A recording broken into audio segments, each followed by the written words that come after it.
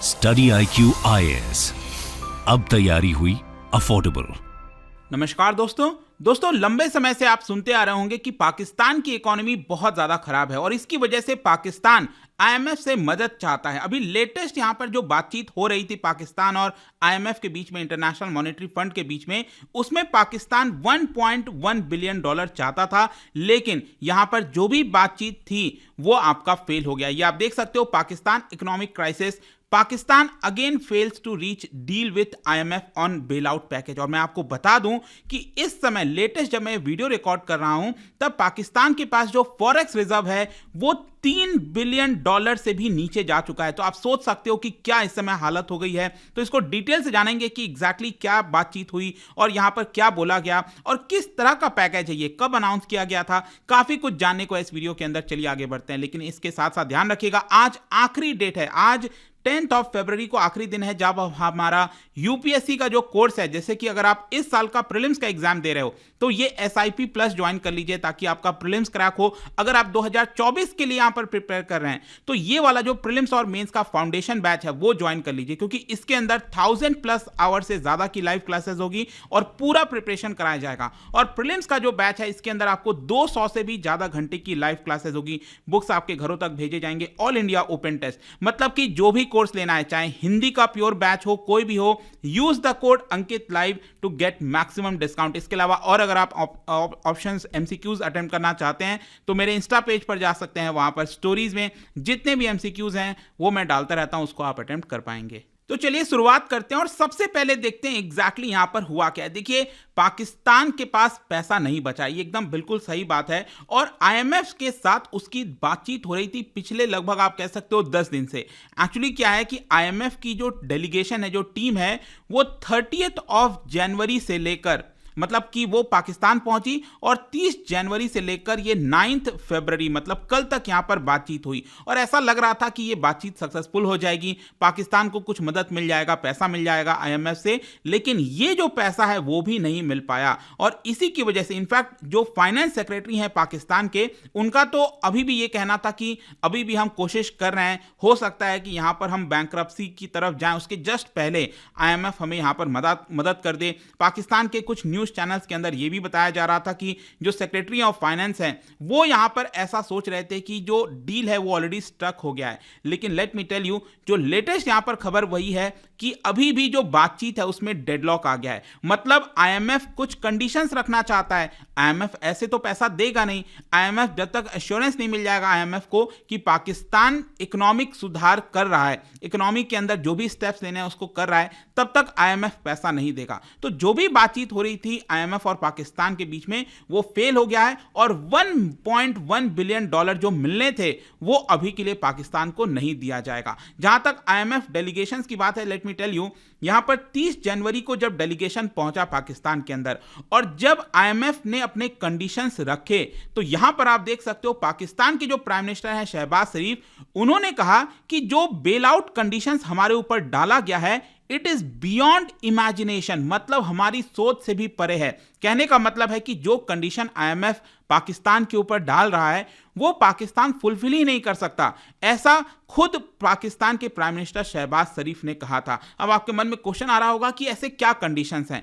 देखो, एक्चुअली क्या है ना कि पाकिस्तान की सरकार के लिए बहुत ज्यादा दुविधा हो गई है। यहां पर एक तरफ IMF है वो ये कह रहा है कि आप जो सब्सिडीज दे रहे हो उसको सबसे पहले बंद करो, जैसे कि लो इनकम फैमिलीज के लिए सस्ते में इलेक्ट्रिसिटी देना, पेट्रोल देना, गैस प्राइसेस, इन सब में आपको सब्सिडी बंद करना चाहिए और इसके प्राइसेस को बढ़ाना चाहिए। फिर इसके साथ साथ आपका जो टैक्स बेस है उसको और ज्यादा वाइड करना चाहिए। एक्सपोर्ट सेक्टर में आपने कई सारे एग्जम्पशंस दे रखे हैं, उसको बंद करो। मतलब ये कई सारे कंडीशंस IMF पुट कर रहा है लेकिन पाकिस्तान उसको मान नहीं पा रहा है, क्योंकि पाकिस्तान की सरकार को लग रहा है अगर ऐसा करेंगे तो जो लोग हैं वो काफी खफा हो जाएंगे। उनको लगेगा कि यहां पर प्राइसेस ऑलरेडी जो बढ़ चुके थे और ज्यादा यहां पर बढ़ गए हैं।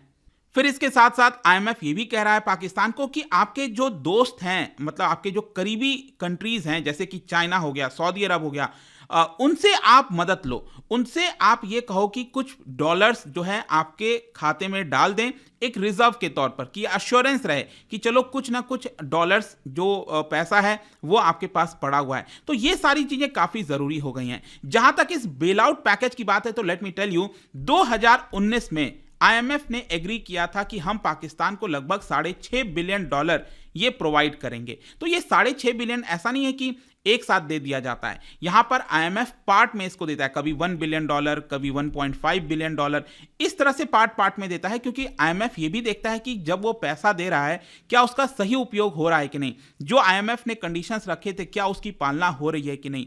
तो बेसिकली अभी ये $1.1 बिलियन मिलना था पाकिस्तान को, वो नहीं मिल पाया। एक्चुअली क्या हुआ था, आपको याद होगा पिछले साल अप्रैल के महीने में इमरान खान की सरकार गिर गई थी। तो इमरान खान की जब सरकार थी उसी समय हालत काफी खराब हो गई थी। इमरान खान को बार बार कहा जा रहा था आईएमएफ की तरफ से कि आप ये सारे कंडीशंस फुलफिल करिए, इमरान खान वो फुलफिल नहीं कर पा रहे थे। फिर आई शहबाज शरीफ की सरकार। शहबाज शरीफ ने कहा कि चलो हम यहां पर आपका कंडीशंस फुलफिल करेंगे, और इसकी वजह से आईएमएफ ने नए सरकार को देखते हुए $1.17 बिलियन पिछले साल अगस्त में ही रिलीज कर दिया था। लेकिन उसके बाद यहां पर क्या हुआ कि सितंबर महीने से अगर आप देखोगे तो जो पूरा प्रोग्राम है और जो पैसा मिलना चाहिए था पाकिस्तान को अभी तक नहीं मिल पाया। क्यों?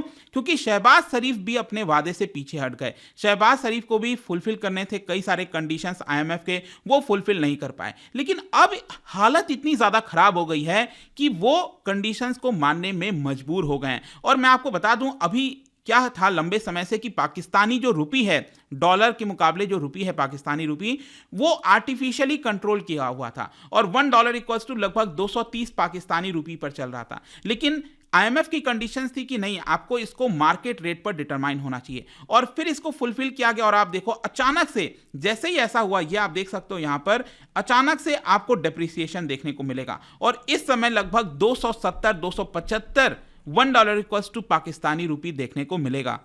और फर्दर इसकी वजह से क्या हुआ है कि पाकिस्तान के पास जो रिजर्व था वो ऑल टाइम लो पर चला गया। अब आपके मन में क्वेश्चन आएगा कितना रिजर्व बचा है। देखो अभी लेटेस्ट थर्सडे को पाकिस्तान की जो सेंट्रल बैंक है उन्होंने डेटा जारी किया और ये कहा कि यहां पर $2.9 बिलियन का ही रिजर्व बचा है। कहने का मतलब है कि पाकिस्तान के पास मुश्किल से मैं कह रहा हूं कि 15 दिन के आसपास का ही जो रिजर्व है वो बचा हुआ है। मतलब आप समझ सकते हो कि जो हालत भारत की 1991 में आ गई थी, हम भी उस समय कहते थे ना 15 दिन का ही हमारे पास रिजर्व बचा है, वो हालत इस समय हो गया। मेक और ब्रेक वाला सवाल है, क्या यहां से गेम और हो जाएगा? क्योंकि आप समझिए दुविधा है यहां पर। कई सारे जो एनालिस्ट हैं वो ये कह रहे हैं कि देखिए अगर आपने आईएमएफ के कंडीशंस को नहीं माना तो पाकिस्तान की इकोनॉमी पूरी तरह कोलैप्स हो जाएगी, उसको कोई बचा नहीं पाएगा। लेकिन अगर आप उनकी बात मानते भी हो तो उसके फर्दर क्या होगा कि आपको टैक्सेस बढ़ाने पड़ेंगे, बहुत सारी चीजें करनी पड़ेंगी, जिसकी वजह से जो कॉस्ट ऑफ लिविंग है पाकिस्तान के अंदर और ज्यादा बढ़ जाएगा। और इसी की वजह से जो विश्व की 5th मोस्ट पॉपुलस, मतलब 5वीं सबसे ज्यादा आबादी वाला जो देश है उसको ये प्रॉब्लम आ रहा है। उन्होंने क्या किया है, जो लेटर ऑफ क्रेडिट वगैरह होता है वो भी इशू करना बंद कर दिया है। मुश्किल से जो कुछ फूड और मेडिसिन आने हैं उसी के लिए लेटर ऑफ क्रेडिट जारी किया जा रहा है कि बाहर के देशों से जो सामान है वो पाकिस्तान में आ सके, और बाकी के जितने गुड्स हैं पाकिस्तान में जो आने हैं बाहर के देशों से वो नहीं आ पा रहे हैं। एक्चुअली क्या हो रहा है कि बहुत सारे जो शिप्स हैं वो कराची बंदरगाह, जो पोर्ट है पाकिस्तान के सिंध प्रोविंस में, आपको पता होगा कि ये है आपका कराची पोर्ट, और वहां पर बहुत सारे जो शिप्स हैं वो ऐसे ही खड़े हुए हैं सामान लेकर, क्योंकि उनको वो अपना सामान तब तक नहीं उतारेंगे पाकिस्तान में जब तक उनको डॉलर नहीं मिल जाता, पैसा नहीं मिल जाता। और इसी की वजह से यहां पर कई सारे जो इंडस्ट्रियलिस्ट हैं उन्होंने वार्निंग दी है कि अगर ऐसा ही रहा लंबे समय तक, जो फैक्ट्रीज हैं पाकिस्तान में बची कुची वो भी यहां पर बंद हो जाएंगी, और इसका बहुत बड़ा कास्केडिंग इफेक्ट आएगा पूरे एम्प्लॉयमेंट के ऊपर, अनएम्प्लॉयमेंट के ऊपर। तो आई होप कि आपको समझ में आ गया होगा कि ऑलमोस्ट गेम ओवर जैसा दिख रहा है पाकिस्तान का। यहां पर पाकिस्तान कोशिश कर रहा है कि कुछ ना कुछ जो करीबी उनके फ्रेंडली कंट्रीज हैं, सऊदी अरब, चाइना, उनसे मदद मिल जाए, वहां से भी क्लियर कट मदद नहीं मिल पा रहा है। पाकिस्तान के अंदर आप एनुअल इन्फ्लेशन देखो, 1975 के बाद से सबसे ज्यादा 27% आपको देखने को मिलेगा। अब देखने वाली बात होगी कि एग्जैक्टली क्या होता है। इस साल चुनाव भी है पाकिस्तान में, लेट्स सी क्या क्या श्रीलंका जैसी हालत हो जाएगी? श्रीलंका की हालत तो एकदम ही खराब है पूरी।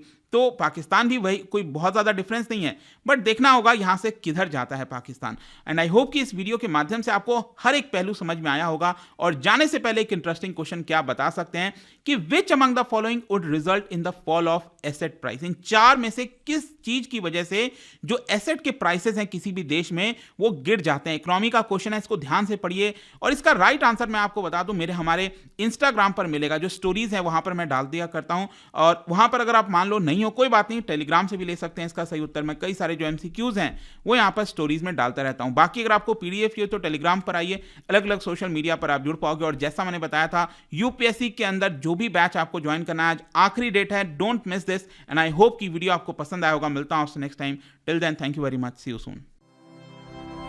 स्टडी IQ IAS, अब तैयारी हुई अफोर्डेबल।